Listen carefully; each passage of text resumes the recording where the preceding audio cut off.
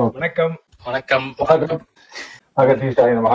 அனைத்து அறிவர்களுக்கும் மகத்தீருடைய அருள் கிடைக்கட்டும். போன வாரம் நம்ம பேசின விஷயத்துல இந்த தடவை எப்படி பிரார்த்தனை பண்ணுவதுங்கிற எளிய முறைகள்ல உங்களை கூட்டிட்டு போய் சொல்லலாம்னு இருக்கேன். பிரார்த்தனைங்கிறது 2 விதமானது. சுருக்கமா சொல்லிட்டு போவேன், புரிஞ்சுக்குவேன். ஒன்று தனக்காக பிரார்த்திப்பது, இன்னொன்று மற்றவர்களுக்காக பிரார்த்தனை பண்ணுவது. பிறருக்காக பிரார்த்தனை பண்ணுகிற நிலைமையில் நம்முடைய கர்மா எப்படி இருக்குங்கிற எந்த நிலைமையில இருக்கு அப்படிங்கிற ஒரு நிலைமையும் பார்க்கணும். ஏன்னா சுத்த கர்மாவா இருந்து நிறைய புண்ணியங்களை சேர்த்துட்டு இருக்கிற கர்மாவா பிரார்த்தனை பண்ணா உடனே நடந்துரும். இல்ல நம்ம சுத்தமாக வேண்டி இருக்கு அப்படின்னா பல முறை நம்ம அந்த பிரார்த்தனைங்கிற முறையில செய்ய வேண்டி வரும். அதுல தவறு எதுவுமே இல்லாம சரியான முறையில கரெக்டா கேள்வியை கேட்கணும். எப்படி நமக்காக நம்ம பிரார்த்தனை பண்றது அப்படிங்கிற சிச்சுவேஷன் எப்போதுமே 2வது விஷயமா தான் நம்ம நினைச்சுக்கணும். ஏன்னா பிறருக்காக நம்ம செய்கிற போது நம்முடைய தேவைகளை எல்லாம் இறைவனே பார்த்துக் கொள்வார். இல்லை நம்முடைய குருநாதரே கூட இருந்து கரெக்டா நடத்தி கொடுப்பார், இல்லைன்னா அவரே தீர்மானம் பண்ணிடுவார் அப்படிங்கிற திடமான நம்பிக்கை நமக்குள்ளாலே இருக்கணும். இதை பத்தி டீட்டெயிலா அப்புறம் பேசலாம். பிறருக்காக பிரார்த்தனை பண்றீங்க போது எல்லோருமே இறைவனுடைய குழந்தைகள். அல்ல எனது உனது அப்படிங்கிற அந்த ஒரு எண்ணம் நமக்குள்ளால இருக்கவே கூடாது. எல்லோரும் இறைவன் குழந்தைகள் தானே அப்படின்னா எப்படி நம்ம பிரார்த்தனை பண்ணிக்கலாம்? நம்ம பண்ற மெயின் தப்பு என்னன்னா, நம்ம வீட்டுல ஒரு பொன் குழந்தை இருக்குன்னு வச்சுக்கோங்க. அந்த பொன் குழந்தை சரியா படிக்க மாட்டேங்குது. அப்படிங்கிற போது இறைவா அந்த குழந்தைய கொஞ்சம் நல்ல புத்தியை கொடு, என் குழந்தைக்கு நல்ல புத்தியை கொடு, அது விளையாட்டு புத்தியோட இருக்கு, அதை நீ கொஞ்சம் மாத்தி நல்லா படிக்கிற ஒரு நிலைமைக்கு மாத்தி கொடு அப்படின்னு கேட்கிற போது அது சின்ன ஒரு தவறு இருக்கு. அது என்னங்கிறத நீங்களே யோசிங்க. சுயநலமா இருக்கு. சுயநலம் அதுல இருக்கு ஒன்று. 2வது அந்த குழந்தைங்கிறது என்னுடைய குழந்தைங்கிற வார்த்தையும் வந்து நான் என்னதுங்கிற அந்த எண்ணமே அது இல்லாம இருக்கணும். ஒன்று. அப்போ இறைவன்ட்டு சொல்லுகிற போது எப்படி சொல்லணும்? இல்லப்பா இறைவா அது உன் குழந்தை, அது இந்த பூமியில வந்து பிறந்து நல்லபடியா வாழ்ந்துட்டு போகணும்னு சொல்லித்தான் நீ அனுப்பியிருக்க. ஆனா அந்த குழந்தைனால அதை புரிஞ்சுக்க முடியாது, எங்களாலையும் ஓரளவுக்கு தான் சொல்ல முடியும். அதனால உன்னுடைய குழந்தை நல்லபடியா இருக்க, ஆரோக்கியமாக இருக்க, இல்ல நல்ல குணங்களோட இருக்க, நல்ல விதமா கல்வி பயில நீ தான் ஏற்பாடு பண்ணி தரணும், வேற வழி இல்லைங்கிற மாதிரி சொல்லி அந்த இதை மாத்தணும். சோ வேண்டுதல்கள் எப்போதும் உடனடியாக பலிக்க காரணம் என்னன்னா, இறைவன் பொறுமையா காத்துட்டு இருக்கார். ஏன்?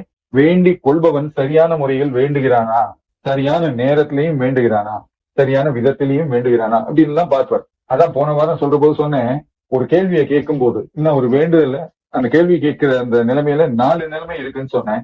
அதே நிலைமை வேண்டுதல்லையும் இருக்கு. 4 நிலைமைகள் எப்படி என்னன்னா, சரியான கேள்விய சரியான ஆள்கிட்ட சரியான நேரத்துல சரியான விதத்துல கேட்கணும். சோ இறைவன்கிட்ட நம்ம வேண்டுகிறோம், எப்படி செய்யலாம்? அந்த இறைவன் நீ எப்படி கேட்டாலும் நான் ஏத்துக்கிறேன்பா, நீ என்ன நினைக்கிறேன்னு எனக்கு தெரியும் அப்படின்னு தீர்மானம் எடுக்கிறார் அப்படின்னா நம்ம இறைவன்கிட்ட மிகவும் நெருங்கிய ஒரு தூரத்தில் இருக்கிறோம் என்று அர்த்தம். ஏன்? என்னதான் வந்தாலும் சரி, இவன் சாதாரண மனுஷன் மாதிரி தனக்குன்னு ஒரு பிரதிபலனை எதிர்பார்த்து செய்யறவன் இல்ல, ஆத்மாத்மா உண்மையா பிறருக்கு நல்லது செய்யணுங்கிற எண்ணத்தோட சொல்கிறவன் செய்கிறவன். அப்ப இவனுடைய பிரார்த்தனைக்கு ஒரு முக்கியத்துவம் கொடுப்போம் சொல்லி நம்முடைய பிரார்த்தனை என்னவோ அதுக்கு கொஞ்சம் ப்ரையாரிட்டி கொடுத்து உடனே செய்வார். இது நடந்த எத்தனையோ அனுபவங்கள் என் வாழ்க்கையில வந்திருக்கு. அதுக்காக நான் மிக உயர்ந்தவன் என்று சொல்லல. நான் இந்த 4 விதமான சரியும் ஒவ்வொரு நேரத்திலையும் பண்ணுவேன். சரியாகத்தான் பண்ணணும், தவறே இருக்கக்கூடாது.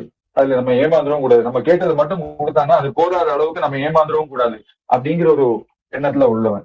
அதனால ஒரு கேள்வியை இல்லைன்னா ஒரு வேண்டுதலை இதெல்லாம் கொடுக்கறதுக்கு முன்னாடி இறைவனிடம் சமர்ப்பிப்பதற்கு முன் எனக்குள்ளாலேயே நான் கேள்வி கேட்டு பார்த்துப்பேன்.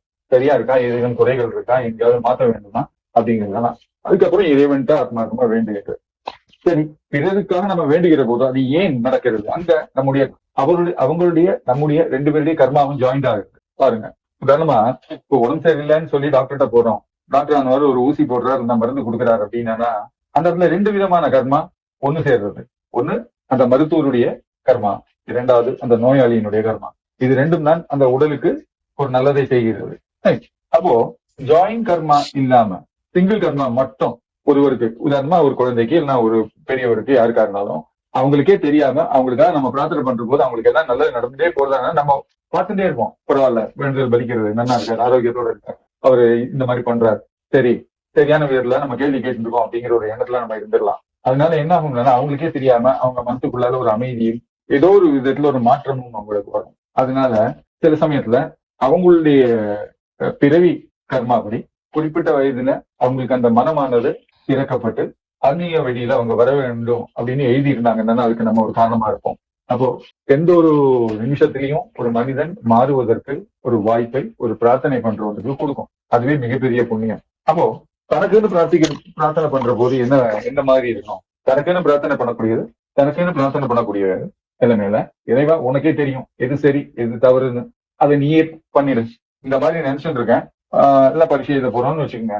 பரிசு எழுத போறேன், அதுக்கு என்ன பண்ணணுங்கிறத நல்வழியை நீ காட்டு. உன்னை நம்பி இருக்கேன், நானும் என்னுடைய முயற்சியை செய்திருக்கேன். நான் என்பது சுட்டுப்பொருளாக மட்டும்தான் இருக்க வேண்டும். அது முதலியே இறைவன்கிட்ட பிரார்த்தனையில சொல்லிடணும். நான் என்பது சுட்டுப்பொருளாகத்தான் இருக்குமே தவிர அகங்காரம் நிறைந்த ஒரு வார்த்தையாக இங்கு கூறப்படவில்லைங்கிறத சொல்லிடணும் இறைவன்கிட்ட.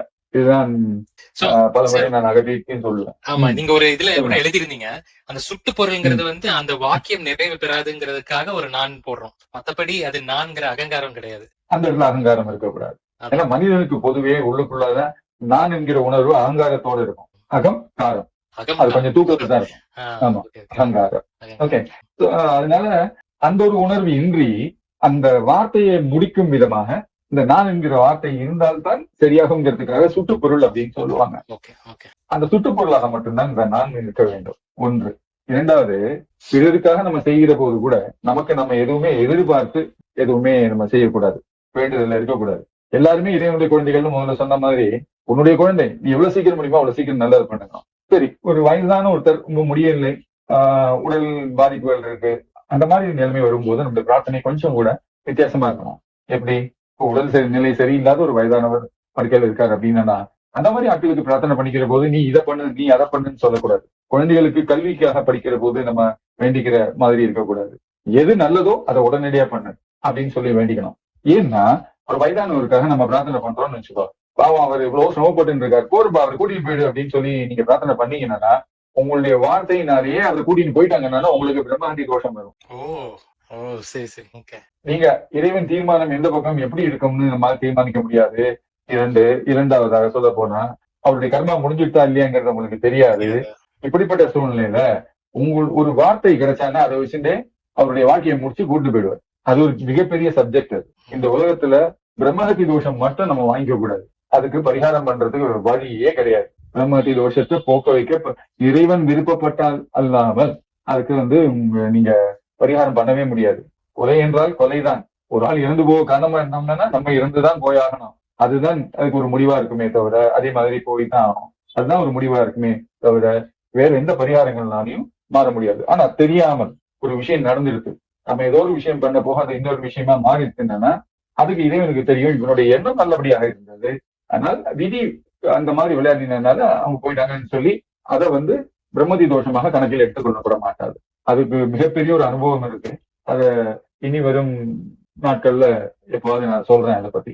ஏன்னா நான் ஒரு தடவை பிரம்மதி தோஷத்துல மாட்டிட்டேன். அதை விட்டு வெளியில வர்றதுக்குள்ள 3-4 வருஷம் ஆயிட்டு சார். அதுலதான் ஒரு டவுட் சார். அந்த மாதிரி பிரம்மகத்தி தோஷம் வந்தவங்க வாழ்க்கை சூழ்நிலை எப்படி இருக்கும்? ரொம்ப கஷ்டத்துல அனுபவிப்பாங்களா? எப்படி இருக்கும்? ஆன்மீகம் அப்படிங்கிற அந்த ஒரு உணர்வே அவங்கள்ட்ட இருக்காது.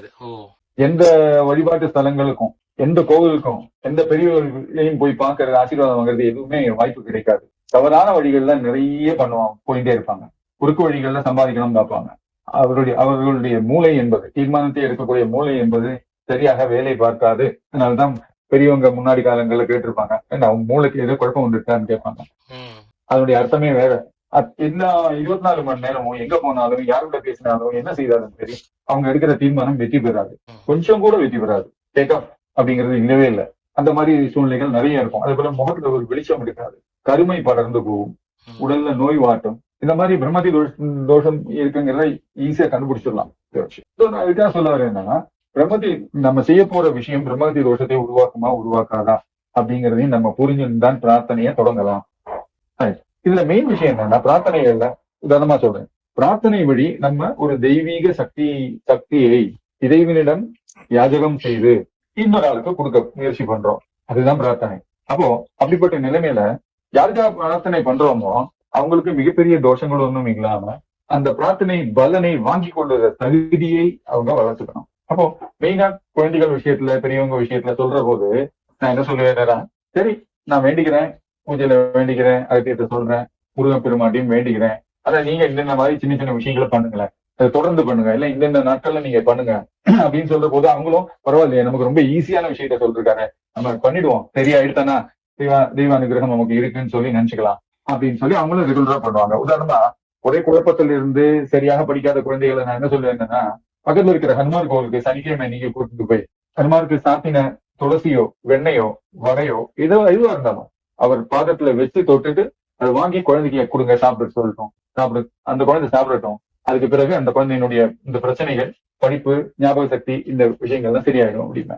ஏன்னா அந்த குழந்தைக்கு வந்து உண்மையாவே சனியினுடைய ஏதாவது ஒரு பீரியட் நடந்துட்டு இருக்கும். சனி தசையோ, சனி புக்தியோ, ஏழரை சனியோ, ஜென்ம சனியோ, அர்த்தாஷ்டம சனியோ, இந்த மாதிரி ஏதாவது ஒண்ணு நடந்துட்டு இருக்கும். அது உட்கார்ந்து அந்த நேரத்துக்கு தான் அந்த குழந்தையினுடைய வாழ்க்கையே ஸ்பாயில் பண்ணணுங்கிற மாதிரி கொண்டு போகும். இது அந்த குழந்தையோட ஜாதகத்தை வச்சுதான் அதை கண்டுபிடிக்க முடியும், இல்ல நட்சத்திரத்தை கேட்டு கண்டுபிடிக்கலாம். நான் சொல்ல வருவது என்ன அப்படின்னா, சனியை யாரால கட்டி போட முடியும்? சனியினுடைய பிரச்சனை வராம இருக்கிறதுக்கு என்ன பண்ணணுங்கிறதெல்லாம் நம்ம தெரிஞ்சு வச்சிருந்தாலும் நம்ம இதெல்லாம் சொல்லிட்டு போயிட்டே இருக்கலாம். அனுமார்ட்ட போறோம், ஆஞ்சநேயரை பார்க்க போறோம், சனி பக்கத்தே வர மாட்டேன். இன்னமும் இன்னைக்கும் அது போல மிகப்பெரிய ஒரு ஆபத்தோ விபத்தோ நடந்துருக்கு, ஆனா தப்பிச்சிட்டாங்க அப்படின்னா உடனே எல்லாரும் ஓடி போய் பார்ப்பாங்க ஜாதகத்தை காட்டி. என்னதுனால இப்படி நடந்தது, மண்டி போனதோட போச்சு, பரவாயில்ல, ஆனா நாங்கெல்லாம் ஏதோ சின்ன சின்ன இதோட பிரச்சனையோட தப்பிச்சிட்டோம், இந்த மாதிரி இனிமே நடக்காம இருக்கிறதுக்கு என்ன பண்ணணும், என்ன நடந்தது கொஞ்சம் பாருங்களேன் சொல்லி ஜோசியத்தை கொடுப்பாங்க. ரொம்ப சிம்பிளா பார்த்துட்டு சொல்லிடலாம். உதாரணமா என் நண்பருக்கு சமீபத்துல ஒரு மிகப்பெரிய ஆக்சிடென்ட் நடந்தது, 4 பேர் மாட்டிட்டாங்க. தியானத்துல உட்காந்து கேட்ட போது ஒரே வார்த்தை தான் வந்தது, எப்போதும் பாக்குற மாதிரி தான் நீ பாரு அப்படின்னு. டக்குன்னு 4 பேரோட நட்சத்திரத்தை மட்டும் நினைச்சேன், எனக்கு ஒரே ஆள் தான் காரணம் தெரிஞ்சது, சனி தான் பிரச்சனைன்னு தெரிஞ்சது. நீட்டா அடுத்த நாள் வந்தபோது கூப்பிட்டு சொல்லிட்டேன், சனீஸ்வரன் தான் அவங்களை கவுத்திருக்கான், இனிமே வராம இருக்கிறதுக்கு சனிக்கிழமை தோறும் நீ ஆஞ்சநேயர் கோவிலுக்கு போயிடு, வெண்ணெய் வாங்கி சாப்பிட்டு மத்தவங்களுக்கும் கொடு அப்படின்னு சொல்லிட்டு நான் விட்டேன். இவன் அங்க போய் 4 பேர் நட்சத்திரம்னு சொல்லி அர்ச்சனை கொடுக்கற போது, பூஜாரி பிரசாதத்தை கொடுக்கற போது, இந்த மாதிரி விஷயங்களுக்கு தான் நீங்க வந்திருக்கீங்க, பிரச்சனை நடந்திருக்கு அப்படிங்க. அது எப்படி உங்களுக்கு தெரியும் அப்படிங்கிற சனிக்கிழமை வந்து இந்த மாதிரி பேர் நட்சத்திரம் சொல்லி பண்றாங்கன்னா முக்கியமா ஏதோ பெரிய ஒரு பிரச்சனை நடந்திருக்குன்னு அர்த்தம். அதுவும் இந்த கோவிலுக்கு வராங்கன்னா யாரோ பார்த்துதான் சொல்லி விட்டுருக்காங்க. சரி வெயிட் பண்ணுங்க அப்படின்னு சொல்லி உள்ள போய் ஆஞ்சநேயருக்கு சாப்பின வெண்ணெய் எடுத்து கையில கொடுத்து வெற்றிலையில மடக்கி கொடுத்து இதையும் கொண்டு போய் சாப்பிடுங்க, அசைவம் மட்டும் சாப்பிடாதீங்க என்ன அப்படின்னு சொல்லி அட்வைஸ் பண்ணி விட்டார். எல்லா சனிக்கிழமையும் வாங்க வந்து வாங்கி போங்க அப்படின்னு. இன்னைக்கும் எல்லா சனிக்கிழமையும் போயிடுவார். சனி தசை நடக்கிற ஃபுல் டைம் அது பண்ணணும், ஃபுல் டைம் அது வரணுங்கிற அவசியம் இல்லை. கோச்சாரத்துல சனி இருக்கிற போது வந்து பயங்கர பவர்ஃபுல்லா இருப்பார். அஷ்டமத்துல இருக்கிறவர், சஷ்டாஷ்டகம்ங்கிற 6ல இருக்கக்கூடியவர், 6, 8, 1, 2, 3 இந்த மாதிரி இடங்கள்ல இருக்கிற போது, கேந்திரத்துல இருக்கிறது 4, 7, 10 ஓகே, இந்த மாதிரி நேரங்களை ரொம்ப படுத்துவார். 30 வருஷத்துல கூடி போனா ஒரு 7 வருஷம் 7.5 வருஷம் தான் நமக்கு ரிலீஃப் கொடுப்பார். பாக்கி எல்லா மனிதர்களும் அவருடைய பாதிப்புல இருந்துதான் ஆகணும். அப்படிப்பட்ட நிலைமையில இந்த மாதிரி சின்ன சின்ன விஷயங்கள் தெரிஞ்சு வச்சுக்கணும். பிரார்த்தனைக்கு அதுவும் உதவும், பிறருக்கு சொல்வதற்கு, செய்வதற்கு. ஆனா ஒரு விஷயம் ஞாபகம் வச்சுக்கணும், பிறருக்கு சொல்கிற போது, பிரார்த்தனை பண்ணுகிற போது, செய்கிற போது அதுக்கான தகுதியை நம்ம வளர்த்து வச்சுட்டு முதல்லயே. நிறைய அளவுக்கு மெடிடேட் பண்ணோம், நிறைய அளவுக்கு பூஜை புனஸ்காரங்கள், கோவில்களுக்கு செல்வது, தானம் செய்வது, அன்னம் கொடுப்பது, இந்த மாதிரி விஷயங்கள் நிறைய பண்ணி பண்ணி பண்ணி பண்ணி நம்முடைய ஆத்மசக்தியை நம்ம கொஞ்சம் வளர்த்து வச்சுக்கணும். ஆத்மசக்தியுடைய பலம் கூட கூடத்தான் நம்ம பிறருக்காக பிரார்த்தனை பண்ணுவது எல்லாமே நடக்கும். அதிலும் மெயினா என்னன்னா, குழந்தைகளுக்கு பண்ற போது கொஞ்சம் வீரியமா நம்ம செய்ய வேண்டி வரும். சில குழந்தைகளுக்கு லைட் கேஷ் பிரார்த்தனை பண்ணா போறோம், சில குழந்தைகளுக்கு ரொம்ப வீரியமா செய்ய வேண்டி வரும்.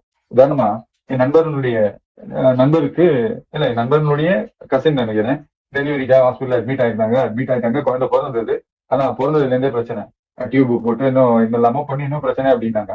யாரும் என்கிட்ட வந்தார், சார் அந்த குழந்தை ரொம்ப மாட்டின் தவிக்கிறது, ஐசியூல இருக்கு, அம்மா வேணா வெளியில இருக்காங்க, டெலிவரி பண்ண அம்மா, என்ன பண்ண தெரியல. சரி உனக்கு வந்து ஐசியூக்கு உள்ள போக விடுவாங்களான்னு கேட்டேன். விடுவாங்க. சரி நான் கொஞ்சம் அபிஷேகம் பண்ண விபூதி இருக்கு, பிரார்த்தனை பண்ணி எடுத்துறேன், கொண்டு போய் மெதுவா அந்த குழந்தைக்கு தலையில நெத்தியில கொஞ்சம் இட்டு விட்டுருந்தா, தலையில யாரும் தெரியாத மாதிரி இட்டு விட்டுட்டு கொஞ்சம் வாய்க்குள்ள போடு, விபூதி தான் கொஞ்சோண்டு போடு, ஒரு துளி, அதோட அம்சம் உள்ள போனா போதும், சரியாயிடும். நாளைக்கே ஐசியூல இருந்து டிஸ்சார்ஜ் வீட்டுக்கு அனுப்பிடுவாங்க. போனா பண்ணினா எல்லாம் நடந்தது. எப்படி நடந்ததுன்னு தெரியாது. போகும்போது ஐசியூக்குள்ள யாருமே கிடையாது, நர்ஸ் எல்லாமே சாப்பிட போயிருக்காங்க, டாக்டர்ஸ் யாரும் இல்ல, யாரோ ஒரு நாள் இருந்துட்டே இருக்கணும் ஐசியூல. நேரம் உள்ள போனா குழந்தைய பார்த்தா, நெத்தி கேட்டு விட்டான், தடவி விட்டான், கையில எல்லாம் கொஞ்சம் தடவி விட்டான், கைத்திலையும் கொஞ்சம் தடவு அப்படின்னு சொல்லி கொடுத்தேன், தடவி விட்டான், வந்துட்டான். அடுத்த நாள் கிளம்புற பாக்குறா குழந்தைக்கு சரியா எடுத்து நீங்க டிஸ்சார்ஜ் ஆகி வீட்டுக்கு போங்கன்னு அனுப்பி விட்டாங்க. Next day direct discharge. அதுதான் வந்தது அந்த நேரத்துக்கு. அந்த வார்த்தை என்ன வருகிறதோ அதை நம்ம மதிக்கணும். அப்போ நம்ம கூட யாரோ இருக்காங்கிற உணர்வு நமக்கு எப்போது இருக்கணும். இதெல்லாம் பிரார்த்தனையினால, நம்ம நடந்துக்கக்கூடிய முறைகள்னால நமக்கு 3வதாக சொல்ல போனாங்கன்னா நல்ல கர்மாவும் இருக்கணும். நல்ல கர்மாவை பண்ணணும் அப்படிங்கிறது நம்ம கையில இருக்கணும். சோ இருந்தா மட்டும் போதாது, அதை உணரணும். பிறருக்கு நல்லது செய்வது இந்த ஜென்மத்தினுடைய குறிக்கோள், இறைவன் அதுக்கு தான் நம்மள அனுப்பியிருக்கான் அப்படின்னு ஒவ்வொருத்தரும் ரியலைஸ் பண்ணினானா யாராலையும் உங்களாலையும் யாராலையும் சரி ஒரு உயர்ந்த நிலைக்கோ இல்ல பிறருக்கு நல்லது செய்கிற நிலைக்கோ நீங்க உயரலாம். என்ன நம்ம எதுவுமே நமக்குன்னு எதுவுமே வேண்டிக்க தேவையே இல்லை. அதுக்கப்புறம் வேண்டுதலே செல்ஃப் அப்படிங்கிற அந்த ஒரு நமக்கான ஒரு வேண்டுதலே இருக்காது. அதெல்லாம் பார்த்து பார்த்து அப்பப்போ சப்ளை பண்ணிட்டே இருப்பார். டெய்லி நியூஸ் பேப்பரை வீட்டுல கொண்டு போடக்கூடிய நியூஸ் பேப்பர் மேன் மாதிரி. பெரியவங்க யாரா இருந்தாலும் சரி, இல்ல இறைவனாக இருந்தாலும் சரி, மிகப்பெரிய நண்பன், மிக ரொம்ப நெருக்கமான ஒரு நண்பனா நம்ம மாட்டிக்கிட்டோம்னா, இதைத்தான் அதையும் சொல்றார். பாரதியாரும் அப்படிதான், கண்ணன் அப்படிதான் பாடினார். சோ மனிதா வாழ்ந்த இடத்துல பாரதியாரை நம்ம உதாரணமா எடுத்துக்கலாம். சித்தர்கள் பொறுத்தவரைக்கும் அகத்தியர் சொல்றத நம்ம எடுத்துக்கலாம். அகத்தியர் என்ன சொல்றாரு அப்படின்னா, எவனொருவன் அந்த நிலைக்கு உயர்கிறானோ அதன் பிறகு இறைவனை நண்பனாக, தந்தையாக, தாயாக, வேலைக்காரனாக எதுவாக வேண்டுமானாலும் மனதில் நினைத்து பழகலாம். அவருடன் சண்டை போடலாம், சிரித்து சந்தோஷமாக இருக்கலாம், உத்தரவு போடலாம், இறைவனுக்கு உத்தரவு போடலாம். இப்படி பல விஷயங்களை சொல்றாரு அவர். அந்த ஒரு நிலைமைக்கு நம்ம உயர்த்திக்கணும். சோ பிரார்த்தனையை பொறுத்தவரைக்கும் நம்முடைய குழந்தைக்காக வேண்டி பிரார்த்தனை பண்ணா கூட அதுல தொட்டு அளவுக்கு கூட கீழ்நிலம் இருக்கக்கூடாது. அதனால ஒரு சின்ன ஒரு விஷயத்த கூட சொல்றேன். என் பர்சனல் லைஃப் இருந்தாலும் சொல்றேன். ஒரு முறை என் குருநாதரை பார்க்கறதுக்கு மதுரைக்கு போன உடனே அவர் சொன்னார், ஏய் என் பசங்க 2 பேருடைய ஜாதகம் தானே கொஞ்சம் பாரு அப்படின்னு. எப்படி அவருடைய பசங்களுடைய ஜாதகத்தை எங்கிட்ட கொடுக்குறாரு. அதனால என்ன குருநாதா நீங்க எப்படி, அதான் என்ன குருநாதா நீங்க எப்படி இருக்கீங்க, எனக்கு சொல்லி கொடுத்ததே நீங்க தானே உங்க பசங்களுக்கு பாக்கணும், என்ன விளையாடுறீங்களா அப்படின்னு கேட்டேன். இப்படியே கேட்டுருவேன் நான் என் குருநாதத்தை, என்ன விளையாடுறீங்களான்னு கேட்டேன். அவர் ரொம்ப க்ளோஸ் எனக்கு. அதனால சொல்ல, இல்லப்பா ஒரு ஜாதகத்தை பாக்குற போது பட்டு இருக்கக்கூடாது. என் குழந்தைகள் அப்படிங்கிற போது என் குழந்தைங்கிறதுனால சில விஷயங்களை நான் விட்டுடுவேன். ஆனா உனக்கு அந்த பற்றுதல்ங்கிறது கிடையாது. உன் குழந்தையாக இருந்தாலும் இல்ல உன்னுடைய ஜாதகமா இருந்தாலும் சரி, நீ பற்று இல்லாமல் பார்ப்பேன். ஆமா அப்படிதான் பார்க்கணும், நீங்க சொல்லி கொடுத்துருக்கீங்க, அதான் நான் ஃபாலோ பண்ணுவேன். நான் எவ்வளவு தூரம் நேர்மையா இருக்கேனோ அதனால என் குருநாதருக்கு தான் மரியாதை. இறைவன் அவ்வளவு கிரெடிட்டும் உங்களுக்கு தான் கொடுப்பேன். அதுக்காக தான் அப்படி பண்றேன். அதனாலதான் நான் என்ன இருந்தாலும் ஒரு தகப்பன்கிற முறையில நான் கொஞ்சம் ஒரு சலனம் வந்துடும் மனசுல. அதனால வேண்டாம் நீயே பார்த்து சொல்லு அப்படின்னு. குருநாதர் உட்கார்ந்து இருக்க, ஜாதகத்தையே கொடுக்கல கையில, என்ன நட்சத்திரம்னு மட்டும் கேட்டேன்.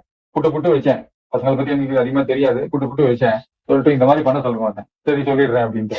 எங்க அங்க வந்து குருவும் சிஷ்யனும் டிவோர்ஸ் ஆயிடுச்சு. கடைசியில கேட்டேன், குருநாதா இன்னும் வந்ததுன்னா சொல்லிட்டேன், வந்ததெல்லாம் உங்களுடைய அருள், இறைவன் அருள், அதனால வந்தது.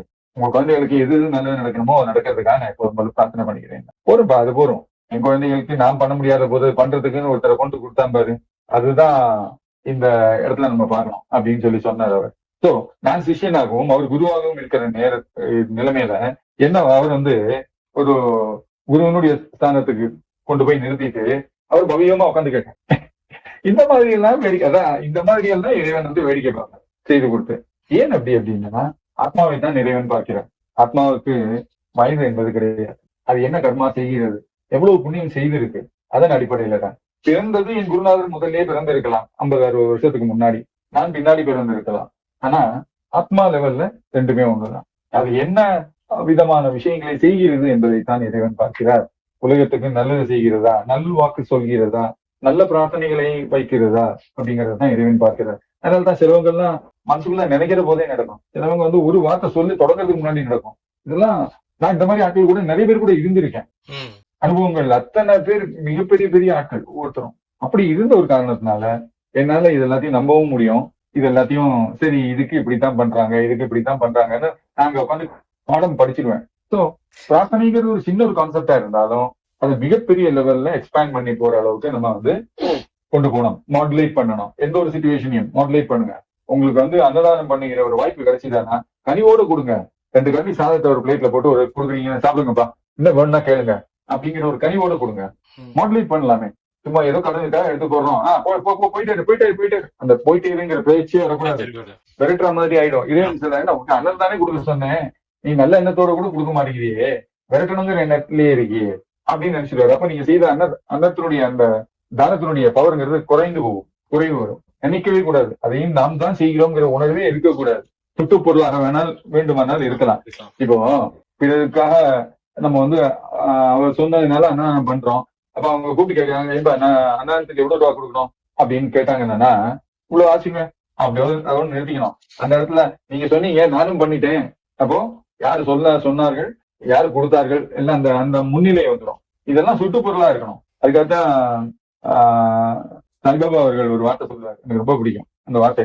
அதை நாராயண சேவைன்னு சொல்லுவோம், அன்னதானம் சொல்லாதீங்க. நீங்க யாரு தானம் பண்றது? நாராயணன் ஏற்கனவே தீர்மானம் பண்ணியிருக்காரு, யார் யார் என்ன சாப்பிடணும், எப்ப சாப்பிடணும், எவ்வளவு சாப்பிடணும் அப்படிங்கறதெல்லாம் தீர்மானம் பண்ணியிருக்காரு. ஒவ்வொரு அரிசியிலையும் யாருக்கு போகணும்னு எழுதியிருக்காருன்னு சொல்லுவாங்க சார். எழுதியிருக்கான்னு சொல்லுவாங்க. அதை பத்தி நம்ம இன்னொரு நாள் டீட்டெயிலா பேசுவோம், படிச்சிருப்பாங்க இருந்தாலும் பேசுவோம்.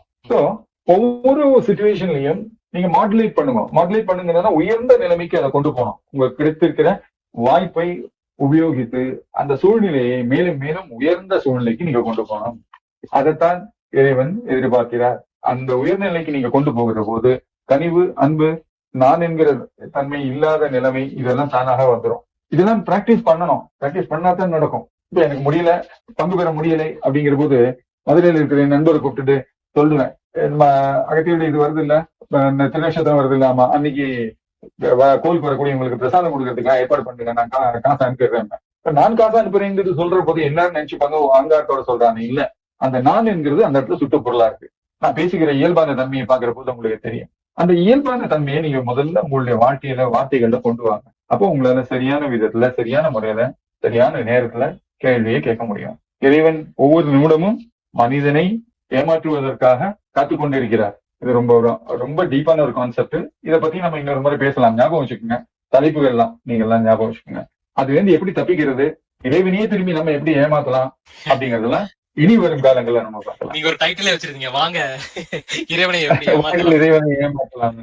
ஏன்னா அவர் என்ன சொல்ல வர்றாரு அப்படின்னா, மனிதன் எப்படியான ஆசைகள் நிறைந்தவன், தன் மனதை மொத்தமாக ஆன்மீகத்துக்கு கொடுக்க மாட்டான், அந்த பக்கம் மூவ் பண்ண மாட்டான், அந்த பக்கம் திரும்பினானா எவ்வளவு மிகப்பெரிய ஒரு வாழ்க்கையை அவனுக்கு அமையுங்கிறத பத்தி யோசிப்பதே கிடையாது. இப்படி எல்லாம் நிறைய ஒரு டிஃபெக்டிவ் பாயிண்ட்ஸ் எழுதி வச்சிருக்காரு அவர். அதெல்லாம் நான் என்ன சொல்ல வரேன் அப்படின்னா, அந்த நினைப்புல இருக்கிற இறைவனை நம்ம திருப்பி ஏமாத்தணும். அது கொஞ்சம் பிரீஃபான சப்ஜெக்ட், அது இதுக்கு இப்ப ரிலேட்டட் இல்ல, இருந்தாலும் நம்ம வந்து அதை பின்னாடி வச்சுக்கலாம், நோ ப்ராப்ளம். ஸோ பிரார்த்தனைங்கிறது நம்ம எப்படி பண்ணணும்? உதாரணமா எல்லாருமே ஒரு ஆசை இருக்கும், என் கூட எப்போதுமே தெய்வம் உட்கார்ந்து இருந்தாலும் நான் கம்ஃபர்டபுளா இருப்பேன், வாழ்க்கை மிக எளிதாகுமே, அதுக்கு நான் என்ன பண்ணணுங்கிற கேள்வியை கேட்பாங்க. ஆசை இருக்கா, சரி, அப்போ முதல்லயே நீ ஆசையை விட்டுடுன்னு சொன்னா நடக்காது. ஆசையை விடுறதுக்கு மனிதனுக்கு தெரியவே தெரியாது, ஏன்னா கையாலே பிடிச்சி வச்சுட்டு இருப்பான். ஆனா இந்த கையால கேட்பான், என்ன பண்ணணும் என்ன பண்ணணும், அந்த கையை விடு அப்பதானே அப்படின்னு சொன்னா தானே, கையை விட்டா நான் கீழே விழுந்துருவேனே, முன்னாடி குழந்தைகள் எல்லாமே இருக்காங்களே அப்படிங்கிற ஒரு எண்ணம் வந்துடும். சோ நான் என்ன சொல்ல வரேன் என்னன்னா, நீங்கள் இருக்கும் இடத்தை இறைவன் அமர்ந்திருக்கும் இடமாக, இல்லை நீங்க எங்க போனாலும் உங்க கூட இறைவன் உட்கார்ந்து இருக்கிற மாதிரி ஒரு சூழ்நிலையா நீங்க மாத்திடலாம். இதெல்லாம் பிரார்த்தனையினுடைய பலன், தவத்தினுடைய பலன். ஒரு தவம் போல செய்ய வேண்டி வரும் விஷயத்த. அதுதான் பெரியவங்க சொல்லுவாங்க, தவம் இருக்கிறதுக்கு காட்டுக்கு போய் உட்காந்து மரத்தடியில உட்காந்து எல்லாரையும் விட்டுட்டு வெயிலும் மணியும் பார்க்காம உட்காந்து பண்றது மட்டும் தவம் இல்லை. அதை விட மிகப்பெரிய தவம் எது அப்படின்னா, இந்த வாழ்க்கையில குடும்பத்தோட வாழ்ந்து ஒருத்தன் வந்து தன்னுடைய விஷயங்களை நேர்மையாக முடித்து விட்டு செல்கிறான் இல்லையா, அதுதான் மிகப்பெரிய தவம் அப்படிம்பாங்க. நேர்மைங்கிற வார்த்தையினுடைய அர்த்தமே அந்த இடத்துல வேறு வேறு விதமா மாறுகிறது. அந்த நேர்மைங்கிறதுல தனக்குங்கிற ஒரு எண்ணமே இருக்காது. அதுல எப்போதுமே பிறருக்குங்கிற ஒரு எண்ணம் மட்டும்தான் இருக்கும். பிறருக்காக நல்லது செய்யுது அந்த நேர்மை. அந்த நேர்மையில இருக்கிற போது உங்களுடைய குடும்பத்துக்காக நீங்க உழைக்க வேண்டாம், சம்பாதிக்க வேண்டாம், இப்படி எல்லாம் எதுவுமே சொல்லலை, யாருமே சொல்லலை. அதையும் பார்த்துப்போம். அதையும் மீறி பிறருக்காக பிரார்த்தனை பண்ணுவதும், நல்லது செய்வதும், நல்லதை சொல்வதும், எல்லா நேரத்திலும் நல்லதே நினைப்பதுமான ஒரு மனதோடு வாழ்வது கூட ஒரு பிரார்த்தனை தான். ஒரு செகண்ட் தான் அப்படின்னு சொடக்கு போடுறதுக்குள்ளால விஷயம் நடந்துடும். கண்ணை மேய்க்க திறக்கிறதுக்கு முன்னாடி நடந்து போயிடும். அது எப்படின்னு கேட்டா தெரியாது. அதுக்கு இறைவன் கூட துணை இருப்பாங்கிறதையும் நம்ம புரிஞ்சுக்கணும். எவ்வளவு தூரத்துக்கு நம்முடைய மனதை மென்மையா வச்சிருக்கோமோ, நேர்மையா வச்சிருக்கோமோ, எவ்வளவு நல்ல விஷயங்களை செய்கிறோமோ, எவ்வளவு நல்ல விஷயங்களை சொல்கிறோமோ, எத்தனை நல்ல விஷயங்கள் படி நாம நடந்து கொள்கிறோமோ, பிறரிடம் காட்டுகிற அன்பு, கனிவு, இந்த மாதிரி விஷயங்கள், இது எல்லாம் தான் ஒரு பிரார்த்தனையாக மாறி உருவெடுத்து பிறருக்கு நல்லது செய்வதற்கும், இந்த லோகத்திற்கு நல்லது செய்வதற்கும் அது பிரயோஜனப்படும். ஆனா இன்னைக்கு நிலைமை எப்படி இருக்குன்னா, லோகத்துல தர்மம்ங்கிறது 5% தர்மம் என்பது 95% இருக்கு. இதை ரிவர்ஸ் பண்றதுக்கு தான் சித்தர்கள் முயற்சி பண்ணிட்டு இருக்காங்க. 95 எப்படி, 95 குறைப்பது எப்படி, எவ்வளவு பொறுத்து இருக்காங்க. இவ்வளவு தவறு செய்யக்கூடிய மனிதனை திருத்தணுங்கிறதுக்காக எவ்வளவோ பொறுத்திருந்து பண்றாங்க. சோ நம்மால் இயன்றதுன்னா அங்க கூட உங்களுக்கு வந்து சுட்டுப்பொருள் தான் நம்மால் என்பது. நம்மால் நடப்பதே இல்லை, இறைவன் செயல். அப்படின்னா ஒரே ஒரே ஒரு கேள்வி நீங்க கேட்டு போலாம். நானோ வெறும் கருவி, அனைத்தையும் செய்வது இறைவன் அப்படின்னு எத்தனையோ பெரியவங்க சொல்லியிருக்காங்க. ரமண மகர்ஷில இருந்து எல்லாருமே அவருடைய கவலைதான் சொல்லியிருக்காங்க. இதெல்லாம் பார்த்துக்க வேண்டியது, செய்ய வேண்டியது. அப்ப நான் இதுக்குன்னு எதுக்கு தனியே பண்ணணும், தனியே பிரார்த்தனை பண்ணணும், இல்ல தனியான விஷயங்களை ஏன் செய்யணும்? எது நடக்கிறதோ அது இறைவன் விரும்பிதான் நடக்கிறதுன்னு சொல்லலாம் இல்லையா அப்படின்னு கேட்கலாம். நீங்க உங்களுக்கு இறைவன் கொடுத்த வாழ்க்கையில ஒவ்வொரு தீர்மானமும் நீங்க எடுக்க வேண்டிய இடத்துல 2 விதமா பாதை செல்லும், பிரிந்து செல்லும். எஸ் ஆர் நோ அப்படிங்கிற மாதிரி. எஸ்ன்னு தீர்மானம் எடுத்தாலும் நான் உன் கூட இருந்து உனக்கு எல்லா உதவியும் பண்ணுவேன். நோ அப்படின்னு நீ முடிவெடுத்தாலும் அந்த வழியில சென்றாலும் இறைவன் உங்க கூட இருந்து உங்களுக்கு எல்லாத்தையும் நடத்தி கொடுப்பேன் அப்படிங்கிறத சத்தியம் செய்து கொடுத்துட்டு காத்துட்டு இருக்காரு. முடிவெடுப்பதில் ஒரு மனிதன் முடிவு எடுப்பதில் இறைவன் ஒருபோதும் தலையிடுவதில்லை. அங்கதான் ஏமாத்துறாரு இறைவன். நம்ம ஏமாற்றுவது அங்கதான். 5 மோனம் அப்படின்னு சொல்லி ஸ்கூல்ல டீச்சர் போர்ட்ல எழுதி போட்டு எவ்வளவு ஆன்சர் எழுதுங்க அப்படின்னு சொல்ற போது எத்தனையோ குழந்தைகள் தவறா எழுதும், சில குழந்தைகள் சரியா எழுதும், சில குழந்தைகள் ஒண்ணுமே தெரியாம பேசாம உட்கார்ந்துட்டு இருக்கும். இந்த 3 கேட்டகரி மனிதர்கள் தான் நம்ம. இந்த 5 3 என்ன வரும் அப்படிங்கிறத இறைவன் சோதிக்கிற மாதிரி நம்ம எடுத்துட்டோம்னா, நீங்க ஒரு முடிவை எப்படி எடுக்கிறீங்க, எந்த விஷயத்தினுடைய அடிப்படையில முடிவு எடுக்கிறீங்க? உங்களுடைய கர்மா உங்களை சரியான விதத்துல கொண்டு போறதா, இல்ல நீங்க கர்மாவை ஏமாத்துறீங்களா, மதியால் நீங்க வெல்கிறீர்களா, இதெல்லாம் பார்ப்பேன். அப்போ ஒவ்வொரு நிமிஷமும் ஒவ்வொரு பிரார்த்தனையும் செய்கிற போதும் நம்ம ஒரு பரீட்சை எழுதுறோங்கிற ஞாபகம் எப்போதும் இருக்கும். இந்த பரீட்சையை எழுதி நீங்க பாஸ் ஆயிட்டீங்கன்னா மேலும் மேலும் நீங்க உயர்றீங்க அப்படின்னு அர்த்தம். அது ஆன்மீகத்திலையும் சரி, பொது வாழ்க்கையிலும் சரி, தனிப்பட்ட வாழ்க்கையிலும் சரி. நிதானம், தீர்மானத்தில் கவனம், அனைத்தும் இறைவன் செயல்கிற எண்ணம், இது எல்லாத்துக்கும் மேல எங்குமே நான் என்கிற உணர்வு இல்லாம அது சுற்றுப்பொருளா மட்டும் இருக்கக்கூடிய உணர்வோட நீங்க செய்தீங்கன்னா நிச்சயமா எல்லாராலையும் வெற்றி பெற முடியும், எல்லாராலையும் நல்ல விதமாக பிரார்த்தனை பண்ண முடியும். அதுதான் முக்கியம். இதுக்கு எல்லாத்துக்கும் அடிப்படையான ஒரு வீட்டுக்கு அஸ்திவாரம் எவ்வளவு முக்கியமோ அந்த அளவுக்கு பிரார்த்தனைக்கும் அது பலிப்பதற்கும் இறைவனுடைய அருகாமையோ சித்தர்களுடைய ஆசீர்வாதமோ அருகாமையோ கிடைக்கிறதுக்கு அடிப்படையான முதல் தகுதி அப்படிங்கிறது சைவமாக இருப்பது. எந்த காரணம் கொண்டும் அசைவத்தினுடைய பக்கம் போகக்கூடாது. அசைவத்தினுடைய பக்கம் போனாங்கன்னா வேறு விதமான சக்திகளுடைய இது கிடைக்கும். அப்படியே வாழ்ந்து போறவங்க நிறைய பேர் இருக்காங்க. மந்திரவாதம் பண்ணி அது பண்ணி இது பண்ணிடலாம். அதெல்லாம் மொத்த வாழ்க்கையும் குடும்பத்தையும் எல்லாத்தையுமே அழிச்சிடும். அந்த பக்கமே போகக்கூடாது. ஆனா நீங்க எந்த ஒரு உயிருக்கும் தொல்லை கொடுக்காத ஒரு வாழ்க்கையை வாழ்ந்தீர்கள் என்றால் நீங்க நினைப்பது எல்லாமே உங்களுக்கு நடக்கும். தவறுன்னு தெரிஞ்சாச்சுன்னா விட்டுருங்க. ஆனா அதனுடைய அடிக்ஷன்ல போய் மறுபடியும் மாட்டிக்காதீங்க. இதுதான் இன்று நான் சொல்ல நினைத்தது, சொல்லிட்டேன். இதுல ஏதாவது கேள்விகள் இருந்தா கூட கேட்கலாம். நீங்க. எனக்கு ஒரு கேள்வி இருக்குங்கய்யா. சொல்லுங்க. இந்த வேண்டுதல்கள் நிறைவேறினதுக்கு அப்புறம் மனுஷங்களுக்கு இந்த ஆசைகள் அதுக்கப்புறம் மேலோங்கிடுச்சுன்னா, இப்ப அவங்க எல்லாம் நல்ல தினமா இருந்து இந்த சைவத்தை கடைபிடிச்சு எல்லாமே அவங்களோட இறைவன் கிட்ட போயிட்டதுக்கு அப்புறம் ஏதாவது மனசு மாறலாம் இல்லையா? அவங்க அப்ப அந்த தேவையானதை பெற்றதுக்கு அப்புறம் அவங்க எப்படி நடந்துக்கணும், அப்ப எந்த சஞ்சலங்களும் இல்லாம ஒரு நெறிமுறையா இருக்கிறது எப்படி, மேல இருந்து கீழே விழுவுறது, ரொம்ப கீழே இறங்கி விழுந்துருவாங்கல்ல, அது எப்படி அவாய்ட் பண்றதுன்னு வேணா எனக்கு ஒரு சின்ன அதுதான் அங்கதான் தப்பு பண்றான் மனுஷன் எல்லாருமே. மலையாளத்துல ஒரு சொல் ஒன்று, அது தமிழ்ல நான் மாத்தி சொல்றேன். பாலம் கடந்து போகும் வரை நாராயணா, பாலம் கடந்த பின் கூராயணா அப்படிம்பாங்க. அதாவது பயம், பாலத்துக்கு மேல கீழே தண்ணி போறது, உடஞ்சி விழுந்துருமோன்னு பயம். அதனால நாராயணா நாராயணான்னு ஜெபம் பண்ணிட்டு போவாங்க. பாலம் கடந்ததுக்கு அப்புறம் இனிமே எங்க விழ போறோம், இந்த நாராயணா ஜெபம் பண்ணோம், பேசாம போயிட்டே இருக்கு. கூராயணா கூறாதது. ஓகே, அதுக்கப்புறம் சொல்ல மாட்டாங்க. அதே போல மனிதர்கள் என்ன பண்றாங்கன்னா, ஒரு விஷயம் நடக்காம இருந்து, இது என்னுடைய வாழ்க்கையில் நிறைய அளவுக்கு நடந்திருக்கு, ஒரு விஷயம் நடக்காம இருந்து இதுக்கு என்ன வழின்னு ஒன்று பார்த்து சொல்லு அப்படின்னு சொல்ற போது ஒரு 2-3 விஷயங்களை சொல்லி செய்ய சொன்னதுக்கு அப்புறம் அது நடந்து இதெல்லாம் முடிஞ்சதுக்கு அப்புறம் திரும்பியே பார்க்க மாட்டாங்க. நம்மளும் பார்க்க வேண்டாம், என்னையும் பார்க்க வேண்டாம். ஆனா இறைவனுக்கு நீ போய் நன்றி சொல்லணும்ல. அதுக்குதான் அடுத்த சொல்லுவார், ஒவ்வொரு நிமிடமும் நீங்க இறைவனுக்கும் சித்தர்களுக்கும் எல்லாருக்குமே நன்றி சொல்லி, எங்களுக்கு சொல்லாட்டாலும் பரவாயில்ல, இறைவனுக்கு சொல்ல மறக்காதே அப்படிங்கிற. ஒரு தடவை கேட்ட போது கூட என்ன சொன்னாரு தெரியுமா? ரொம்ப சிம்பிளா முடிச்சுக்கலாம்பா, பஞ்சபூதங்களுக்கு பூஜை பண்ணணும் அப்படின்னு சொன்னாங்க. பஞ்சபூதங்களை தேடி நீ மட்டும் ஓடிதான் பூஜை பண்ணுங்கிற அவசியம் இல்லை. உட்கார்ந்து ஒரு நிமிஷம் பஞ்சபூதங்களுடைய பேரை சொல்லி மிக்க நன்றின்னு மட்டும் சொல்லு, அது அவங்கள்ட்ட போய் சேர்றதா இல்லையாங்கிறத நான் பார்த்துக்கிறேன். சோ இறைவனுக்கு நன்றி சொல்ல வேண்டியது மிக அவசியம். உங்களுடைய நன்றி அவர் எதிர்பார்ப்பதில்லை, அது வேற விஷயம். சித்தர்களும் நன்றியை எதிர்பார்ப்பதில்லை. ஆனால் உங்களுக்குள் நன்றி சொல்கிற குணத்தை வளர்த்துவதற்கு நீங்க பிராக்டிஸ் பண்ணிக்கிறதுக்காக தான் இத்தனை நிகழ்ச்சிகளை நடத்துறாங்க, இத்தனை விஷயங்களை உங்க முன்னாடி கொண்டு போடுறாங்க. அதை புரிஞ்சுக்கணும் எப்போதுமே. உதாரணம் சொல்றேனே, நான் இப்ப முருகன் கோயில் வழி போறேன்னு வச்சுங்க, அப்படி நின்றுட்டு ஒரு நிமிஷம் செருப்பு போட்டிருப்பேன், ஷூஸ் போட்டிருப்பேன், அதெல்லாம் பிரச்சனை இல்லை. ரோட்ல நின்று இப்படி கொஞ்சம் மெதுவா எட்டி பார்ப்பேன், ஒரு முகமோ பாதமோ தெரிஞ்சா போறோம் எனக்கு. அப்படி பாத்துட்டு நான் உதயப்பா சௌக்கியமா இருக்கியா, உனக்கு பூஜை எல்லாம் ஒழுங்கா நடக்குதா, நேரத்துக்கு சாப்பாடு போடுறல, சரி வரவங்க எல்லாம் உன்னை தேடி தான் நம்பிதான் வரா, எல்லாருக்கும் நல்லபடியா ஆசீர்வாதம் பண்ணி அனுப்பு, வரட்டுமா அப்படின்னு சொல்லி பேச போயிட்டே இருக்கேன். ரொம்ப கேஷுவலா ஒரு நண்பர்கிட்ட பேசுவது போல. இன்னைக்கே சரி, எல்லா இடத்துலயும் சரி. சொன்னா நம்ப மாட்டீங்க, நான் பத்மநாப சுவாமி கோவிலினுடைய தெற்கு வாசல் கீழே இருக்கிற 5 நிமிஷம் தூரத்துலதான் இருக்கேன். முன்னாடி வேலை பார்க்கிற போது கோவிலுக்கு உள்ள போக மாட்டேன். நான் அவர்கிட்ட சொல்லிடுவேன், பத்மநாபர்கிட்ட, பாருங்க கோவிலுக்கு உள்ள எல்லாம் வந்து எனக்கு அதுக்கான நேரம் இருக்காது, எனக்கு நிறைய வேலை இருக்கு பண்றதுக்கு, ரைட்டு, நிறைய பேருக்கு நல்லது பண்ணணும், அதனால போகும்போது உங்களை சுத்தி இப்படி போய் வேலைக்கு போயிட்டு திரும்பி வரும்போது அந்த பக்கத்துல இருந்து திரும்பி வந்துடுவேன். அப்போ ஒரு முறை பிரதட்சணம் பண்ற மாதிரி ஆயிடும். அதை உங்களுக்கு செய்யற பூஜையா நீங்க ஏத்துக்குங்க. எவ்வளவு நாட்கள், 25 வருஷத்துக்கு மேல வீட்டு பக்கத்துல இருக்கிற பத்மநாபர் கூட நான் போய் பார்த்தது இல்லை. நான் எதை எழுந்தேன், நான் எதையுமே இழுக்கல. அங்கதான் சொல்ல வரேன், நான் ஒரு நிமிஷம் வண்டியில கிராஸ் பண்ற போது இப்படி திரும்பி அந்த வாசலை பாக்குற போது பத்மநாபா அப்படின்னு மனசுக்குள்ளால அலறல் சத்தத்தோட சொன்னேன்னா அவர் எழுந்து உட்காந்து கையை தூக்கி ஆசீர்வாதம் பண்றதை என்னால பார்க்க முடியும். வடக்கு வாசல் பக்கத்துல போகும்போது நரசிம்மா அப்படின்னு நரசிம்மர் உட்காந்து கை தூக்கி ஆசீர்வாதம் பண்ற அந்த கையினுடைய இது மட்டும் தெரியும். அந்த உணர்வு எனக்கு மட்டும்தான், மத்தவங்களுக்கு கிடைக்கிறதா இல்லைங்கிறது எனக்கு தெரியாது, மத்தவங்களுக்கு ப்ரூவ் பண்ண முடியாது. எனக்கு அந்த திருப்தி போரும்.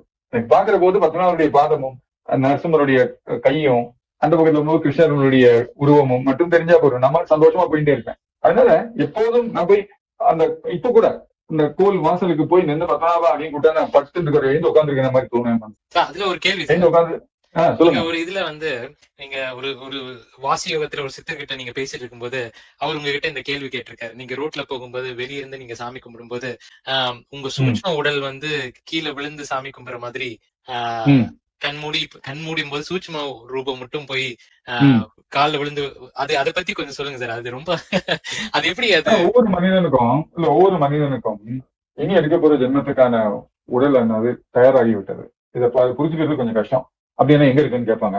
ஓகே, தான் வந்ததும் தான் போனதும் எதுவுமே தெரிஞ்சுக்க போறது அப்படிங்கிற விஷயத்துல எப்படி உங்களுக்கு காட்ட முடியும்? இது சித்தர்களுடைய வாக்கு, அதை புரிஞ்சுக்குங்கன்னு நான் சொல்ல வரேன். அதனால அந்த சூக்ம தேகமானது அதில் தான் கர்மாக்கள் அனைத்துமே எழுதப்படுகிறது.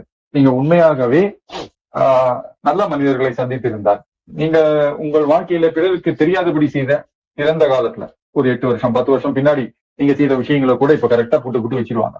எங்க இருந்து எடுக்கிறாங்க? அது எப்படி யாருக்குமே தெரியாம நான் போய் ஒரு விஷயம் பண்ணேன், அது எப்படி உங்களுக்கு தெரியும்னு கேட்பாங்க. இல்ல இங்க இருக்கேப்பா, நீ செய்த செயல்கள் எல்லாம் ரெக்கார்ட் ஆயிருக்கு, ஏதோ வீடியோவா இருக்கே அப்படிம்பாங்க. அவங்களுக்கு மட்டும் அது எப்படி கண்ணுக்கு தெரியுது? அது ஒரு நிலை. அதனாலதான் எப்போதுமே நினைச்சுக்கோங்க, நம்ம பேசுகிற பேச்சும் நம்ம விடுகிற மூச்சும் செய்கிற செயல்களும் எல்லாம் ஒரு இடத்துல ரெக்கார்ட் ஆகிறது.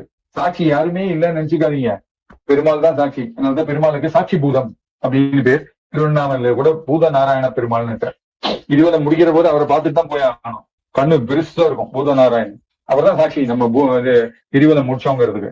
பாக்கி மனுஷங்களுடைய தெய்வங்களுடைய யாருடைய சாட்சியும் வேண்டாம், அவர்கிட்ட கேட்டா கரெக்டா சொல்லுவார். அதே மாதிரி இந்த மாதிரி மனிதர்களை நீங்க சந்திச்சிருக்கீங்களா இல்லையான்னு தெரியாது, அதெல்லாம் ஒரு பெரிய பெரிய சப்ஜெக்ட். அது ஸோ நம்ம மட்டும் தனியா இல்ல, நம்ம கூட நம்ம சூக்ம உடலும் இருக்கு. அப்படிங்கிற போது ஒரு நிமிஷம் கண்ணை மூடி நம்ம உருவத்தையே திரும்பி நின்று இருந்தா எப்படி இருக்குமோ அதை பார்த்து அது நமஸ்காரம் பண்ற மாதிரி, இறைவனுடைய பாதத்துல நமஸ்காரம் பண்ற மாதிரி நீங்க நினைச்சாலே போறோம். நீங்க நமஸ்காரம் பண்ணதுக்கு ஈக்குவலா உங்களுடைய அக்கௌண்ட்ல கிரெடிட் ஆயிடும். ஓ, அதுதான் அதோட அர்த்தங்களா? ஓகே ஓகே, எனக்கு புரியல. அதுதான் என்னுடைய அர்த்தம். Okay okay. அப்போ நீங்க செய்வது எல்லாமே இனி அடுத்த 3 ஜென்மத்துக்கு எந்தெந்த ஜென்மத்துல எந்தெந்த ஜென்மத்துல எந்தெந்த பலன்களை நீங்க அனுபவிக்கணுங்கிறது ஏற்கனவே அப்பப்ப தீர்மானம் மைண்டே இருக்கு. ஒன்னு சி டிரைவ், இன்னொன்னு டி டிரைவ், இன்னொன்னு இ டிரைவ், ரைட்டு, அதுல பதியப்படுகிறது. அடுத்த ஜென்மம் எடுத்து வரும்போது சி டிரைவ்ல என்னெல்லாம் உங்களுக்காக கிரெடிட்ல இருக்கோ அவ்வளோத்தையும் எடுப்பாங்க, டெபிட்ல என்னெல்லாம் இருக்கோ அவ்வளோத்தையும் எடுப்பாங்க. அதை அனுபவிக்கிற மாதிரியான சூழ்நிலையில உங்களுக்கு அமைச்சு கொடுப்பாங்க. இப்படி ஒவ்வொரு ஜென்மமா எடுத்து போவோம். அதனால்தான் சித்தர்கள் சுருக்கமா சொல்லுவாங்க, உனக்குன்னு எதுவும் கேட்காது, அப்படியே மீறி இறைவன் கேட்டானா இனிமே ஜென்மமே வேண்டாம் அப்படின்னு கேட்டுடு அப்படிம்பாங்க. நமக்கு எல்லா வழியிலையும் அவங்க சொல்லி கொடுத்துருக்காங்க, நம்ம தான் கவனிப்பதில்லை, ஃபாலோ பண்றது இல்லை. இன்னமும் நம்ம இந்த லோகத்தினுடைய குடும்பத்தினுடைய நம்முடைய தனிப்பட்ட ஆசைகளிலேயே நம்ம உட்காந்துட்டு இருக்கோம். ஸோ அந்த சப்ஜெக்ட்லாம் இந்த நாள் எடுக்கலாம் இருக்கேன், அது வரும்போது நம்ம பார்க்கலாம். ஆனா மெயினா நம்ம யோசிக்க வேண்டிய விஷயம் என்னன்னா, ஒருவனுடைய உள்ளிருக்கும் மனது இல்ல எண்ணங்கள் அது சுத்தமானால் மட்டும்தான் ஒருவனால் இதெல்லாம் புரிஞ்சுக்கவும் முடியும், இந்த வழிகள்ல போகவும் முடியும். இந்த புரிஞ்சுட்டு இந்த வழிகளை நீங்க நடக்கிற போது மேலிருந்துன்னு சொல்லக்கூடாது, கூட இருந்து பார்த்து கொண்டிருக்கிற மகான்கள் சித்தர்கள் அவங்களுடைய ஆசீர்வாதம், வழிநடத்தல், கைடன்ஸ், வழிநடத்தல் வேற கைடன்ஸ் வேற, கைடன்ஸ்ல இருந்து உத்தரவும் இருக்கும். இது எல்லாமே உங்களுக்கு கிடைக்கும். நீங்க செய்வது எல்லாமே நல்லா இருக்கும். அவங்களே சொல்லுவாங்க. உதாரணமா சொல்றேன், ஜானிராமன் ஒரு முறை ஜானிராமன் ஏதோ ஒரு இது உத்தரவை அகத்திய பெருமான் கேட்டிருக்காரு. அகத்திய பெருமான் என்ன கை காட்டிட்டு சொல்லிருக்காரு, நீ அவன்கிட்ட போய் கேளு, அவனுக்கு எல்லாம் தெரியும், ஆனா தெரிஞ்ச மாதிரி காட்டிக்க மாட்டான், அந்த மாதிரி ஒரு வாழ்க்கை வாழ்ந்தவன் அப்படின்னு சொல்லியிருக்காரு. அதை இதை பின்னாடிதான் எனக்கு ஜானகிராமன் ஒரு நாள் சொன்னார், என்ன இருந்தாலும் நீங்க செய்தாலும் நீங்க சரியாகத்தான் செய்வீர்கள் அப்படின்னு சொல்றாரு. அது எப்படி இதுக்கு எப்படி நான் விளக்கம் கொடுக்க முடியும்? அப்போ அவங்க எது செய்தாலும் அதான் அது அப்படியாவே வாழ்ந்துட்டேன். நான் இத்தனை வருஷமா 30-35 வருஷமா அப்படியே வாழ்ந்துட்டேன். அந்த வாழ்க்கை முறையாக இப்ப உதாரணமா மூச்சு விடுவதை பத்தி நம்ம யோசிக்கிறோமா? கிடையாது. மூச்சு விடுவதில் டிஃபிகல்ட்டி வரும்போதுதான் நம்ம என்ன பிரச்சனை அப்படின்னு யோசிக்கிறோம் நம்ம. அதே மாதிரி வாழ்முறைகள்ல நம்ம அந்த மாதிரியே வாழ்ந்தாச்சானா எதுவுமே பிரச்சனை இல்லை. நீங்களே இயல்பாகவே ஒரு என்ன சொல்லலாம், தெய்வீக நிலைக்கு போய் விடலாம், இல்லைன்னா சித்தர்கள் நிலைக்கு போய் விடலாம், இல்லைன்னா பெரியவர்கள் தொடர்பு கிடைக்கலாம், இல்லை உங்களுக்கு நிறைய நல்ல விதத்துல பிறருக்கு செய்வதற்கோ இறைவனுக்கு செய்வதற்கோ, இறைவனுக்கு செய்வதற்கு ஒண்ணும் இல்லை, அது வேற விஷயம், செய்வதற்கான வாய்ப்பு உங்களுக்கான கிடைக்கவும் செய்யும். இப்படி ஒரு வாழ்க்கையை அமைச்சுக்கிறது தான் சித்த மார்க்கத்துல நிறைய விஷயங்களை, சின்ன சின்ன விஷயங்களை மறைச்சுன்னு சொல்லியிருக்காங்க. போன வாரம் எடுத்துட்டு சொல்ல முடியாம டாபிக் ஒண்ணு இருக்கு, அதை வேணா ட்ரை பண்றேன். ஆனா 5 நிமிஷம் தான் இருக்குன்னு காட்டுறது. நீங்க கேட்டீங்க போன வாரம் இலக்கணமே குரலாயிட்டுன்னா என்னன்னு. இலக்கணம், தமிழுக்கு இலக்கணம் எழுதியது யார்? அகத்திய பெருமான். குரலாயிற்று, குரலான எழுதினது யார்? திருவள்ளுவர். அப்போ இந்த இடத்துல பார்க்க வேண்டியது என்னன்னா, திருவள்ளுவர் அவதாரம் சித்தராகத்தான் அவதாரம் எடுத்தார். அந்த திருவள்ளுவர் அவதாரமாக எடுத்து வந்ததே அகத்திய பெருமான் தான் என்பதை கூறுவதுதான் இலக்கணமே குரலாயிற்று. இதுக்கு என்ன சாட்சி, இதுக்கு என்ன விஷயங்கள் அப்படின்னு கேட்பீங்க. இப்ப ஆதார் கார்டை காட்டி எல்லாம் பேன் கார்டை காட்டுற மாதிரி எல்லாம் காட்ட முடியாது, பர்த் சர்டிபிகேட் எல்லாம் கேட்க முடியாது. ஆனா நடந்த நிகழ்ச்சிகளை வச்சிருந்து அனலைஸ் பண்ணி ரிசர்ச் பண்ணி ஒரு கேள்வியை கேட்டேன். கேட்டேன் இலக்கணமே குரலாயிற்று உண்மையான்னு மட்டும் கேட்டேன். எனக்கும் தெரியும், அகத்திய பெருமானுக்கு எல்லாமே தெரியும். எனக்கு தெரியும் தானே, நான் அந்த மாதிரி குரூப்ல இருந்தேனாலும் தெரியும். சித்த மார்க்கத்துல தெரிந்து கொண்டே கேட்க கூடாது, உண்மைதான் அப்படின்னு திட்டினார். எனக்கு அது போறோம், எனக்கு கன்ஃபர்மேஷன் அவரே கொடுத்துட்டேன். சோ திருவள்ளுவராக வந்ததே அகத்திய பெருமான் தான். ஏன் இதற்கு அப்படின்னா ரொம்ப சிம்பிள், நடந்த விஷயங்களை மட்டும் கவனிச்சா போறோம். பாண்டியன் திருச்சபையில தமிழ் புலவர்களோட வாதம் செய்ய சென்ற போது சேர்ந்தவர்கள்ல கொஞ்சம் பேர் தான் தெரியும். காத்திப்பாடினியார்ங்கிற சித்த பெருமானுடைய சிக்ஷையை பாம்பாட்டி சித்தர், அவை விராட்டி, போவர் பெருமான், இப்படி கொஞ்சம் பேர் தான் இருந்தாங்க. ஒரு இடத்துலயும் அகத்தியர் இல்ல. தமிழுக்கு இலக்கணம் எழுதியவர் போகாமலா தமிழ் பத்தின விவாதம் வரணும்? எங்க போனார்? அவர் தான் திருவள்ளுவராக முன்னாடி நடந்து போயிட்டு இருக்காரு. இன்னொரு இருக்கு, நான் என் உடலை நீத்திட்டு போறேன் அப்படின்னு தன் கூட இருந்த சிஷியன்ட்ட சொல்லிட்டு அதுக்கப்புறம் அந்த உடலை நீ குப்பை தொட்டியில போட்டுரு அப்படின்னு சொல்றாரு. அப்போ சரின்னு சொல்லிட்டு அவர் உடலை நீத்திடுறார். சிஷியன் என்ன இருந்தாலும் ரொம்ப பெரியவர், என் குருநாதர், இப்படி செய்யக்கூடாது, அவருக்கு முறையான சித்தமா இருக்கப்படி அவருக்கு சமாதி பண்ணணும்னு சொல்லி தோல்ல தூக்கி நடக்கிறான். எழுந்து உட்காந்து கேட்கிறாரு, நான் உங்கள்கிட்ட என்ன சொன்னேன், நீ என்ன பண்றேன்னு. பயந்து போயிடுவான். ஏன்னா அதுக்கு முன்னாடி இந்த மாதிரி இறந்து போனவர்கள் யாரும், உடலை நீத்தவர்கள் யாரும் உயிரோடு பார்த்ததில்லை. அவனுக்கு அந்த கான்செப்ட் தெரியாது. அப்புறம் என்ன பண்றார், திருவள்ளுவர் அவர் சொன்னபடியே குப்பை தொட்டில போட்டு தூரத்துல போய் ஒளிஞ்சுன்னு பாத்துட்டு இருப்பான் என்ன நடக்கும். அவர் உடலை காகவும் பருந்தும் தின்றது. திருவள்ளுவர் பெருமானுடைய உடலை தின்று முடித்து கிளம்பி போகும்போது அத்தனையும் பொன்னிறமாக பறந்து போனது. காகம் பொன்னிறமானது, பருந்தும் பொன்னிறமானது. சோ அப்படின்னு சொல்லி ஒரு இது இருக்கு. இந்த மாதிரி ஒரு உடலை, தன் தேகத்தை இந்த மாதிரி மாத்தணும்னா ஒரு சித்தனால மட்டும்தான் முடியும். இந்த மாதிரி நிறைய விஷயங்கள் இருக்கு. இத்தனை விஷயங்களும் அனலைஸ் பண்ற போது திருவள்ளுவர் வாழ்ந்த காலத்தில் அகத்திய பெருமான் எங்குமே கிடையாது. நீங்க எந்த விதமான தேடுங்க கிடையாது, எங்க போனார் அப்படின்னு கேட்டானா உங்களால கன்க்ளூஷனுக்கு வர முடியும். இதே போல முடிஞ்சுதான். சரி, ஓகே, பாத்துக்கலாம். அபவுட் எண்ட்னு சொல்லி வருது. அடுத்த முறை சந்திக்கலாம். வணக்கம், வணக்கம், வணக்கம். Thank you so much. Om Namah Shivaya.